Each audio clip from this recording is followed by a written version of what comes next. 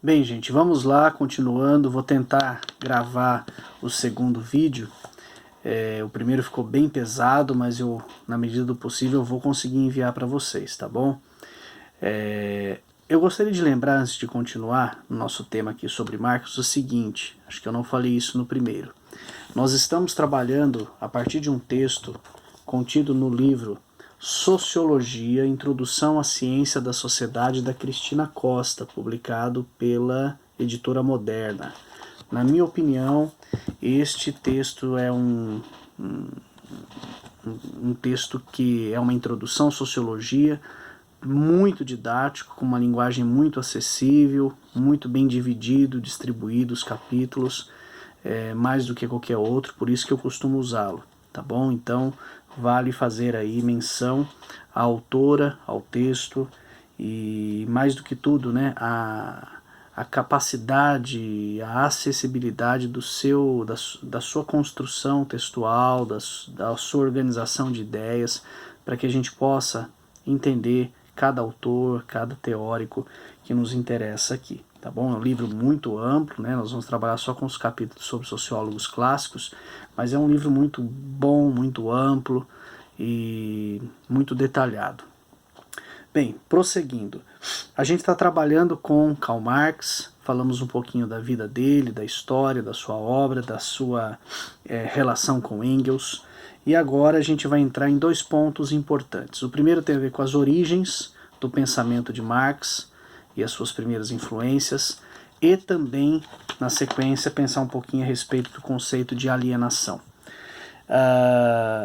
A primeira coisa importante a gente deve pensar, a gente deve destacar quando a gente trabalha com o pensamento de Karl Marx, é entender que ele é contemporâneo a Weber, mas ele faz uma abordagem bastante específica, diferenciada em relação ao capitalismo. Diferente daquela que o Weber fez ao tratar de comparar o capitalismo, mais do que o capitalismo, o espírito do capitalismo com a ética protestante, que inclusive dá título à sua obra, que nós vimos no encontro, na aula anterior. A preocupação do pensamento de Marx, né, e o desenvolvimento das suas ideias se expressam muito bem numa teoria que nós vamos chamar de materialismo histórico, tá? Corrente de pensamento talvez a mais revolucionária, tanto do ponto de vista teórico como do ponto de vista da prática social. Porque Marx ele tem o objetivo de entender o sistema capitalista e não somente isso, diferentemente dos demais, ele quer modificá-lo. E ele escreve sobre filosofia, sobre sociologia e sobre economia, e o que é curioso, ele não escreve apenas para intelectuais, ele escreve para todas as pessoas, né? Ele contribui para o desenvolvimento da ciência, da sociologia como ciência, mas não só isso. Ele propõe uma transformação política, econômica e social e o faz por meio da escrita, que não é dirigida apenas para intelectuais, para acadêmicos, para cientistas, mas para todos os homens, para todas as pessoas que quisessem assumir algum tipo de vocação revolucionária. É isso que é interessante na obra do Marx e na proposta teórica dele. Por meio do seu livro Capital, que nós citamos no bloco anterior, que é inclusive destinada a todos os homens, ele não apenas vai se preocupar em tratar dessas questões teóricas da sociologia, da política e da economia, mas ele também vai começar a traçar as primeiras linhas, as primeiras ideias daquilo que vai ser a sistematização do pensamento marxista, daqueles que vão se identificar com a sua obra, com a sua proposta. Esse é o primeiro ponto. E daquilo que nós vamos chamar mais à frente de socialismo científico. Então existe um alcance muito mais amplo do que aqueles da obra do Durkheim e da obra do Weber, que se restringiam comumente aos intelectuais, aos cientistas, aos estudiosos. Marx vai além. Ele vai até o povo, até as pessoas. Ele quer atingir a classe operária, exatamente aquele contexto que era objeto de estudo, objeto de análise dele. Tá certo? E o que é importante também na obra do Marx é o seguinte, ele se definia como um militante da causa socialista pelo fato de as suas ideias não se limitarem nem ao campo teórico, nem ao campo científico. E quando a gente fala que ele era uma espécie de militante da causa socialista, a gente já começa a entender, por exemplo, que socialismo não é um termo cunhado por ele, como muita gente pensa.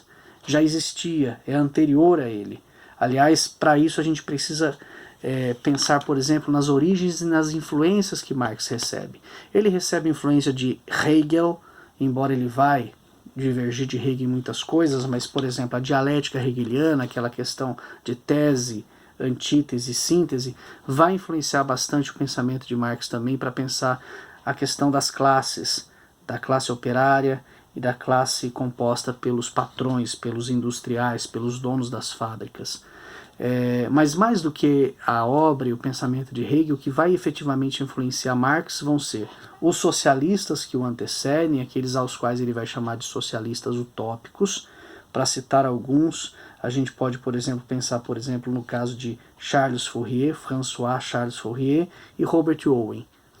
Mas estes, o que é interessante, são influenciados, por sua vez, por um importantíssimo iluminista, filósofo iluminista do século XVIII, chamado Jean-Jacques Rousseau. E eu gosto muito de, ao citar Marx e Rousseau em paralelo, dizendo que Rousseau influenciou Marx, ora por meio das obras desses socialistas utópicos que nós citamos, ora de maneira direta, de um contato que Marx teria tido com a obra de Rousseau, por duas razões. Primeiro, por causa da obra de Rousseau. Rousseau é lá do século XVIII, né, nasce em 1712 e morre em 1778, que é uma obra chamada Discursos sobre a origem e os fundamentos da desigualdade entre os homens. Então aí a gente já começa a perceber a influência que a obra de Rousseau vai exercer sobre Karl Marx. Mas há que se destacar o fato de que Rousseau, por pensar a natureza humana como sendo uma natureza boa, a influência mais direta de Rousseau é a esses sociólogos, aliás, a estes socialistas chamados por Marx de socialistas utópicos. Mas há um segundo ponto que eu destacaria da influência de Rousseau em Marx, que é a leitura que o Eric Hobsbawm vai fazer da obra de Rousseau enquanto uma obra que influencia o pensamento marxiano. É este livro, Como Mudar o Mundo. Nos primeiros capítulos, o Eric Hobsbawm vai destrinchar com muito cuidado, vai detalhar toda essa influência que Rousseau exerce sobre o pensamento marxiano. Então esse seria o segundo ponto que eu destacaria. Agora, por que aqueles outros socialistas o Marx vai chamar de socialistas utópicos? Vamos pensar em termos bem práticos. A gente está pensando num contexto de séculos XVIII e XIX, fábricas, e o Marx, em linhas bem gerais, estaria dizendo mais ou menos o seguinte: não adianta você tentar conseguir os seus direitos enquanto trabalhador por meio apenas do diálogo. Porque se você tentar dialogar com seu patrão, reivindicando isso, aquilo outro, ele vai te ouvir talvez, vai conversar com você, vai prometer e vai ficar na promessa. Você não vai conseguir nada. E aí que o Marx vai desenvolver um novo socialismo, que ele vai chamar, ou que nós passaremos a chamar depois, identificando com o pensamento dele, de socialismo científico, que é exatamente aquele socialismo que só é eficaz, que só traz resultado se acontecer por meio da luta de classes. Ou seja, a classe proletária reivindicando, lutando, se manifestando contra a exploração, os desmandos e todas as formas de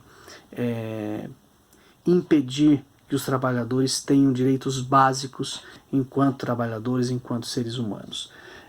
Então, basicamente, é por meio da luta de classes. E também é científico por quê? Porque nós estamos falando de um sociólogo clássico. Marx, assim como Durkheim e Weber, é um dos pais importantes da sociologia. E a sociologia enquanto ciência, não apenas enquanto um ramo qualquer do conhecimento, mas enquanto ciência. Ela está se consolidando como ciência no século XIX. A gente tem que sempre lembrar disso. A diferença, porém, de Marx e Weber em relação ao Durkheim é que eles não pensavam a sociologia como uma ciência positiva, quase que racionalista, quase que exata. Essa é a diferença. Esta é a diferença. E um outro ponto importante também a destacar é o conceito de materialismo histórico. É isso que vai fazer com que o pensamento de Marx também influencie o estudo de historiadores do século XX, principalmente. Por quê?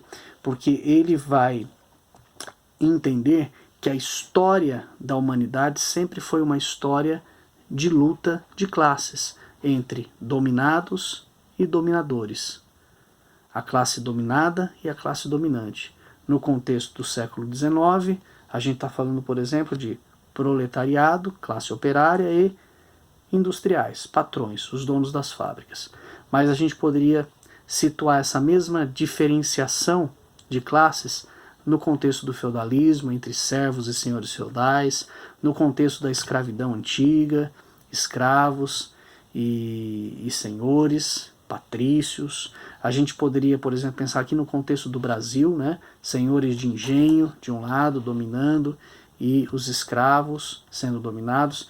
Então, na perspectiva da análise marxiana, sempre existiu uma desigualdade estabelecida na sociedade. A diferença está no seguinte: para aqueles com os quais Marx não concorda, por exemplo, Adam Smith, né, que é de 1723 a 1790, importante intelectual liberal, capitalista, do século XVIII, essa desigualdade, essa diferença, ela é natural, ela sempre existiu. Ela faz parte da realidade do cotidiano social das pessoas. Para Marx, ela sempre existiu, mas é exatamente por ela sempre ter existido que a gente não pode olhar para ela de maneira passiva, mas nós temos que ir para o enfrentamento e lutar para que essa desigualdade em algum momento acabe. Então essa é a diferença do olhar e da proposta de Marx. Eu vou parar por aqui porque eu acho que esse bloco, em algum momento, ele vai acabar se interrompendo antes de eu terminar a próxima abordagem, que eu tinha prometido para essa parte, mas que não vai dar tempo, que vai ser sobre a ideia de alienação. É um outro ponto importante que fica para o próximo bloco, tá bom?